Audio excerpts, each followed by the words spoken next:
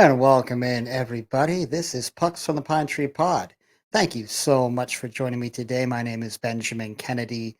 Been about a week since I've been with you all. Been a hot one here over the last few days, coming off the 4th of July holiday, kind of getting back into regular work schedules and childcare schedules, all that kind of stuff. So haven't had much of an opportunity to get back in front of the microphone, but back at it today. Happy Saturday. Hope everybody's enjoying this summer weather out there here in the Northeast or wherever you are in the US or Canada. So, um, little bit of news today. Again, news is starting to kind of dry up a little bit, but we have had some signings over the past week. A couple of Boston Bruin pieces to talk about. Wanted to spend a little bit of time today, though, kind of decompressing from July 1, taking a look at my top five teams that have improved since July 1st. We'll go through that list. And then also, there's still a number of pieces of news that we're just kind of waiting on. And I want to kind of go through that here at the end as well. Starting with today, the New York Rangers making news, re signing defenseman Braden Snyder to a 2-year deal, $2.2 million per season. Good young defenseman. I think he was a 2020 first round draft pick for them. Played 82 games this year, 5 goals, 14 assists for 19 points. So uh, good contract there, I think, for all sides. Rangers still coming back. They're going to be pretty stacked next year, I think, again. A little bit later last week, defenseman Ryan Suter, who had been let go by Dallas, does sign a 1-year contract with the St. Louis Blues. Was a little curious where Suter would end up. He's 39 years old. Wasn't sure if this was it, if he would retire after Dallas let him go, but St. Louis brings him on to just a 1-year league minimum $775,000 contract. Down year for him last year, 82 games in Dallas, 2 goals, 15 assists for 17 points. So hopefully he can bring some veteran presence in this St. Louis clubhouse. Not really sure what to make of St. Louis. They have some young kids. They're kind of in that murky middle, I would say, out there in the West. Turning to Boston, a couple of minor signings for the group this week. They do sign defenseman Michael Callahan and defenseman Alec Regula, both to 1-year, two-way contracts, $775,000 apiece for each of these players. Organizational depth for the program, most likely ticketed to Providence. Um, and then also we had news just today that Oscar Steed, forward who played a little bit in Boston, played in Providence, does sign a 5-year contract going back to the Swedish Hockey League team, Fjärstads, I think is how you pronounce it. So he is going back overseas. Wish him well. Um, yeah, kind of struggled a little bit when he came up to Boston, kind of struggled with consistency. At times had some energy, had some speed, but probably a good move for him to go to Sweden. Also out of Providence today, goalie Kyle Kaiser signing a 1-year deal to go play for the Kunlun Red Stars, China-based team for the KHL. Kaiser played 16 games with the Maine Mariners last year, played a bit in Providence. Numbers weren't great. Obviously, this is a pretty stacked goalie situation we have here in Boston with Swayman, with Bussy. So he's heading over to China to play there in the KHL. Wish him all the best. Hopefully, he can make his way back to the NHL at some point. Still a fairly young kid. I think he's 25 years old for him. So a little bit of news there. Coming out of Pittsburgh late last week, some rumblings about Sidney Crosby that they're working on an extension for Sid. No doubt they're going to get something done. He'll retire a Penguin. It's not going to turn into a Tampa Steven Stamkos situation. Crosby is Pittsburgh. He's everything to that team, to that city. So no doubt they will get something done there. So that's kind of what we have for latest transactions. There's been a few other minor signings here and there throughout the league, but I'm not going to report on every single one of those. If you are interested in getting more of that kind of news of the day with all these different contracts, go check out the Hockey Guy on YouTube. His name is Shannon. Runs a wonderful podcast. He typically posts 2 or 3 times a day, and he's really great at covering all the different transactions and gives you news every single day. So, again, the hockey guy, uh, great follow. Go check him out. So, as we start to take a look at post July 1st and all the contracts we saw, the money that was thrown around, kind of the dust is starting to settle now with these clubs. There'll still be some moves, there'll be some trades here and there, but the bulk of the work is kind of done. So we can now start to kind of take a step back, look at these teams. How do they look today? And what do we kind of project going into the next season? We'll be doing team previews going into August, but want to just kind of take a quick dive as to some of the more impressive teams here in July 1. And we're going to work kind of back to front on this list for the most improved, starting with honorable mention San Jose Sharks. This was really curious how they handled their offseason. A lot of money to spend, under the cap. They do get the big time draft pick in Macklin Celebrini. Not just the fact that they draft him, but they're able to get him to sign. There was some thought maybe he'd go back to BU. They're able to get him into the organization. I think it's great for him, great for the organization. And so what they've had to do really is make sure they kind of insulate him a little bit or put a little bit of talent around him. That was a team that was really was tough to watch last year. They just didn't have a ton to be excited about.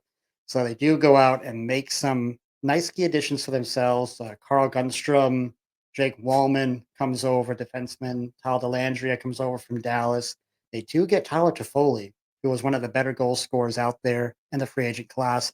We'll see where he ends up. He might be a trade target coming into the deadline, but gives them a good goal scorer to add to that group. They do make that claim on Barclay Goodrow from the Rangers, and they also pick up Alex Wenberg. So, you know, some decent veterans guys in there. They still have Logan Couture, and I just think that they're going to be a better team. It's kind of hard not to be better than what they were a year ago, but they will be a better team this year coming into next year. They also have Will Smith that they signed. I think he was a draft pick from last season. So couldn't really put them on the top five, but I did think they made some interesting moves and did give them some potential trade chips to look at as we get into February and March. Starting at number 5, it is Boston Bruins. I don't have them higher up the list. Some people might be surprised by that, mostly because of some of the losses they took this year. But I did like what Boston did, getting Zadorov and getting Elias Lindholm. They completely went out and answered two of the biggest questions they had on this group: center depth down the middle, toughness, and defense. I think it was 2 or 3 years ago. I was texting one of my buddies watching the Bruins get shellacked by a team, and I just said, "Man, I'm so tired of this group with these 5'9" puck moving type defensemen. Like I'm all set. I'm all set with these guys. We got to get bigger. We got to get stronger. It's taken a couple years, and now with Zadorov, with Andrew Peak, I mean, Carlo's what 6'5" as well. You're a bigger group today, and Zadorov really brings a heavy style of play that was sorely lacking with this group. For all the success they've had, very much lacking when you got to the playoffs, and that's really where it counts. Lindholm, we know what he's going to do, kind of just getting everything in line down the middle for this team. So I thought they did well there. Probably overpaid a little bit. Again, it's what you have to do when so many other teams are looking at these guys. They could go out and make some other moves, getting Kostelic, getting Max Jones, again, getting bigger, heavier, stronger. So I like a lot of that. Again, I don't have them higher up the list than this because you do have the loss of Allmark, Jake DeBrusque, which is still a big, big hole in this group on that second line. And again, Dan Heinen was kind of sneaky good last year for this group. So think there's still some work to be done. I think you will feel potentially some of those losses, especially with Allmark. I think just I'm excited for Swayman to have this 1A opportunity to be the 55 kind of games a night, but clearly your depth in net isn't going to be as strong. So we'll see how it goes. But overall, like I said in another video, I do think this Bruins team is better today than they were June 30th. Moving on to number 4, the Washington Capitals. Really kind of impressed with what they did here, guys. They snuck into the playoffs a year ago. I don't want to say they backdoored their way in, but they kind of did, right? They played all right. They played good down the stretch, but other teams just kind of fell off to the side and kind of let them in to get that eighth seed in the East. But they do make some nice additions to the group, adding Andrew Mangiapane, Pierre Luc Dubois, a trade with LA. They go out and get Logan Thompson to now really solidify their goalie depth to go there with what's his name now? The starting goalie there in Washington. I know his brother plays for the Rangers. Can't remember his name. Sorry, but they've got a good, I think, a good young nucleus there in net. They add Matt Roy. They add Jacob Chikrin defensively. I'm not a huge Chikrin guy. I do like Matt Roy though, and I think overall they've upped their game defensively, really solidifying both of those spots for them. And if PLD can figure this out, if he can somehow get his game going again, you put him with Ovi and the rest of the group. I'm not saying this is a Stanley Cup contending team, but I do think they will be right back, fighting for a wild card spot uh, and fighting through that Metro division. So again, didn't really see this coming with this group this year, making these kind of additions, but they're kind of waving their flags and hey, we're not going anyplace. We want to keep fighting for this. Moving on to number 3. Oh, Lindgren. That's the goalie's name. Just came back to my mind. Lindgren. Sorry about that. Number 3, Chicago Blackhawks. This will be curious to see what this team looks like. They went out and made just a ton of moves, smart moves, veteran guys that are really going to add to this group. This was another team that was kind of hard to watch, especially when Bedard wasn't on the ice last year. But I mean, Bedard was just magical in his first season. Too bad he had some injuries he had to deal with. But they went out again and tried to, a little bit like San Jose, bring in some guys to kind of help Bedard along, give him some scoring depth around him. And I think these are smart signings. I mean, Mikheyev, you have Tyler Bertuzzi, they bring in Alec Martinez, defenseman out of Vegas. I thought that was kind of a sneaky move for them as well. Craig Smith, old friend from his Boston days. Teuvo Teravainen comes in. Patty Maroon, defenseman TJ Brody. So again, probably not a playoff team this year, but I think they're going to be much harder to play against this year.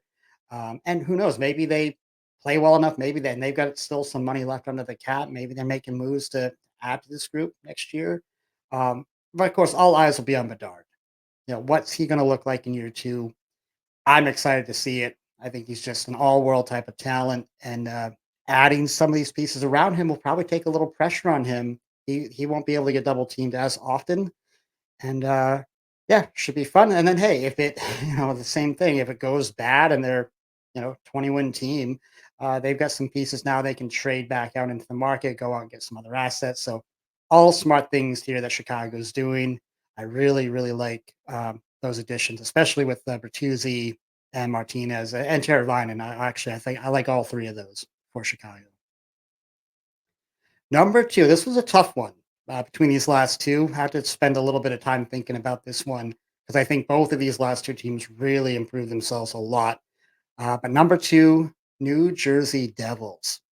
Talk about adding some things that you really were missing from this group, starting with Jacob Markstrom in net, making that trade with Calgary, the long rumored trade that had been talked about going back to last season. They do get their guy to go along now with Jake Allen, really strengthening their biggest weakness from a year ago. But they go out and they get tougher. They get stronger around their goalie as well. Adding Paul Cotter, decent sized forward there. You upgrade your defense with Brett Pesci, Brendan Dillon. You go out and get old friend Thomas Tatar back on the team along with Stefan Nosen, just to name a few of their additions. But I really like the goalie move. I really like the upgrade in defense. They did lose a few guys, Smith, Marino, and Ball, all on that blue line. But I think the additions of Pesci and Dillon definitely make this a tougher team, a harder team. Um, Listen, the Metro with what you have with the Rangers and some of their fighters with Truba and Remke and Philly is always feisty, and these are some moves the Devils need to make. Now They've got the goalie. They've got the goalie tandem with Allen. They've got a much bigger, better physical defenseman. Now you got to stay healthy. You got to keep those forwards healthy. Jack Hughes, if he can just, even if he could give you 75 games this year, I just think that that would be fantastic for them.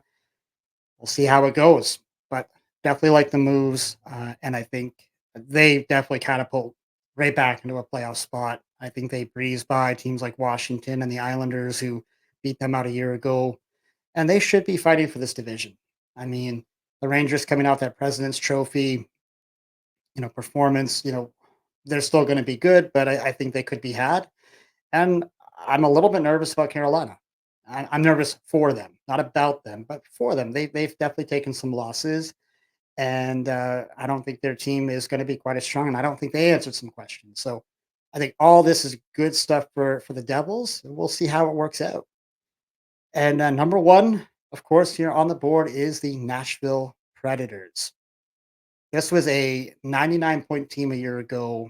They had Vancouver on the ropes in that first round. And then you take that group and you add Steven Stamkos, you add Jonathan Marchessault, and defenseman Brady Shea. Yeah. Win, win, win. That's just they hit it out of the park.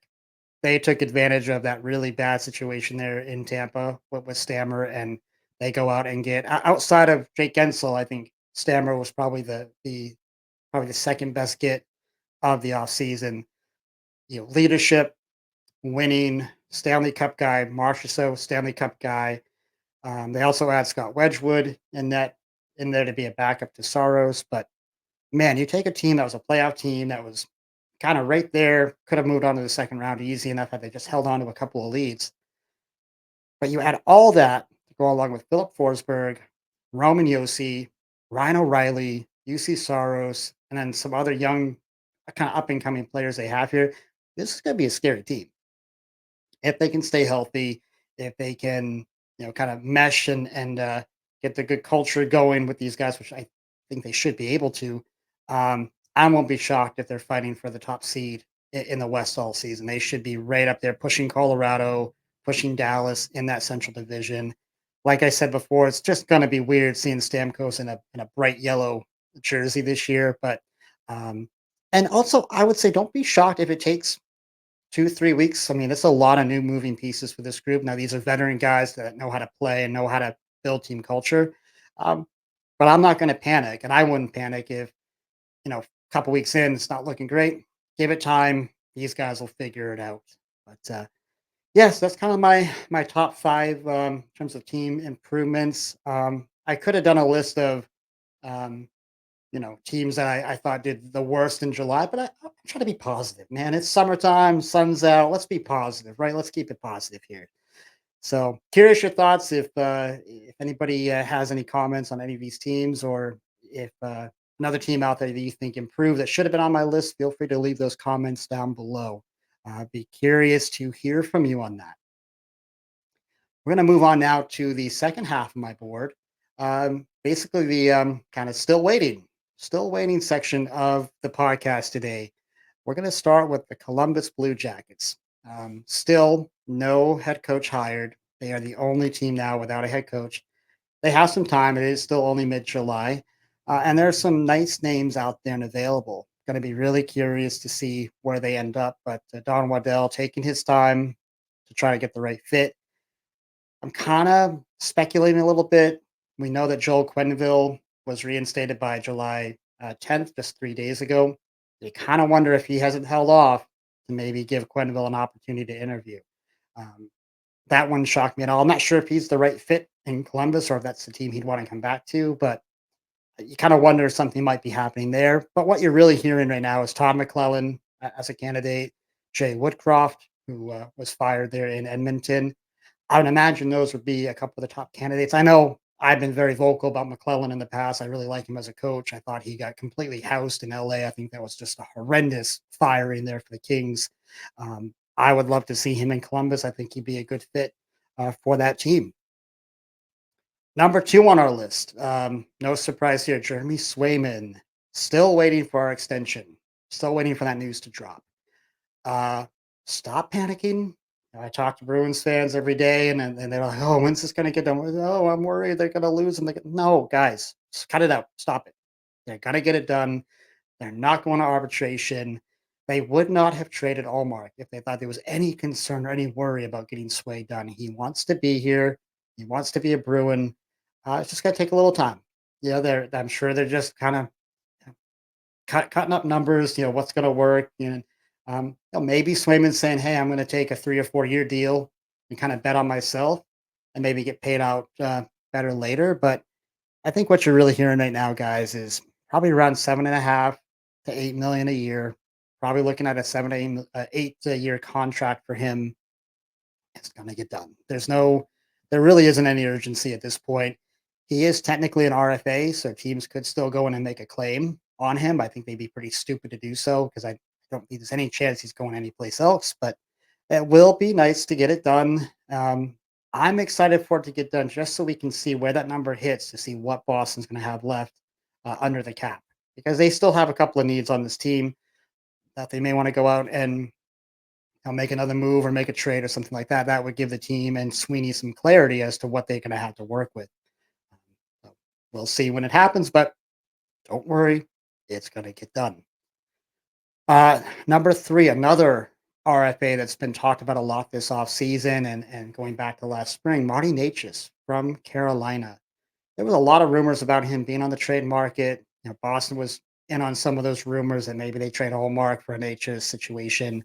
That didn't happen. Last word out of Carolina with their new general manager is that they are working to try to get him locked up long term, which makes total sense. He's a good young player. They don't have a ton of scoring on that team. They have outside of Aho, they lost Gensel. Nate just really should be there. He's should be a great fit there. And unless he just doesn't want to stay there long term, I don't see why they can't get something done. Again, a team in Carolina, they took some losses this year. I'm a little bit nervous and worried about what their team's going to look like. Um, so we'll see if something gets done there. I imagine an extension. I can't imagine there being a trade or anything like that at this point, but I guess stranger things have happened. So we will see. Number four on our list, the PWHL. They made an announcement this spring that all their team logos and team branding would start to come out this summer, July 13th. We still haven't seen anything yet, but I'm really curious to see how they kind of build their brands and build these logos out. Do they stick with the same color schemes that they had for each team before? I know Boston was kind of that green color, or do they try to mimic a little bit of their home NHL team? So, if you're, the team at Toronto, is it going to be a blue and white? If it's, Minnesota, is it going to be that green and red and gold type of color? Be really curious to see what they do. I'm just waiting. I went onto their pro shop to see if there was much to buy. There really wasn't anything that, there's some things there, but um, I'm going to wait until the new logos and graphics come out, and I'll be definitely buying a hat or a shirt or something to support them. So that'll be very curious to see when that drops. And the last on my list, a little bit more local news, Nesson. We have a vacancy, of course, with our play-by-play voice. Jack Edwards retiring this year, and a lot of speculation as to what Nesson will do with that spot. It's a big chair. It's a big voice to replace. I'll speak a little bit to Jack. Um, I had my love-hate relationship with him as a fan over the years. I think a lot of us Bruins fans have. I grew to like him the longer it went, the longer I watched and listened to him. I try really hard to be an objective observer of my teams, and I try to kind of call it like I see it. And Jack Edwards was so unapologetic about, I got my Bruins glasses on. I'm going to call this game with those Bruins glasses on. Would drive some fans batty. But it's also why so many fans loved him because they loved the passion, they loved his enthusiasm, his love for the team. And if you're right there with him, that's great. You love to hear that. He was really great in the community. Um, just overall, you don't hear anything bad, about him. And I still go back to that whole Patty Maroon situation when Patty was still in Tampa when he he just out of the blue made those pizza and kind of fat jokes about Pat Maroon on a game when Tampa was up in Boston. And I give Jack a lot of credit. The next time they were in Tampa, he walked his tail into that Tampa locker room and sat down and had a conversation with Pat Maroon. And from the people that were in the room, Pat Maroon wasn't very happy. I mean, he kind of let Jack have it a little bit, but that's like I give Jack a lot of that takes some stones to do that. And but Jack was kind of known for that to kind of throw little quibs out there. He had all of his little one-liners, a tumbling muffin and things like that. So, I grew to like him. The more I watched him, the more I listened, and you just hope that health-wise he's okay. Last couple of years were kind of tough to listen. He clearly was struggling. Vocally with some basic stuff there. Um, but anyway, it's going to be curious to see who they get to replace him. I know they had reached out to Dave Goucher from Las Vegas. Would have been a real popular voice here. He did respectfully decline the opportunity to come over. Alex Faust covered the team a little bit this year. Filled in for Jack a few times. I think his name is out there, but been a little bit quiet. Haven't really heard much on this one, but hopefully they find the right voice to go there with Brick and the rest of the group at Nesson. Going to be a lot of fun to see kind of where they land, where they end up. So that is what we have for today, guys. Like I said, news is getting a little quieter today. We're getting into July. These GMs and presidents are going on vacation, taking a little break. But as news and stories break out, I'll be here to cover it. And I am working still to get some guests on. We've got some things lining up. Just again, continuing to get my YouTube subscribers up as well. But there'll be more to come there. And then, really starting in August, I'll start doing the team previews throughout the month of August into September, and we'll get all those done. And should be fun. So, thank you for listening. If you do like what you're hearing, please don't forget to hit like and subscribe down below. And until next time, be kind, show love, and God bless.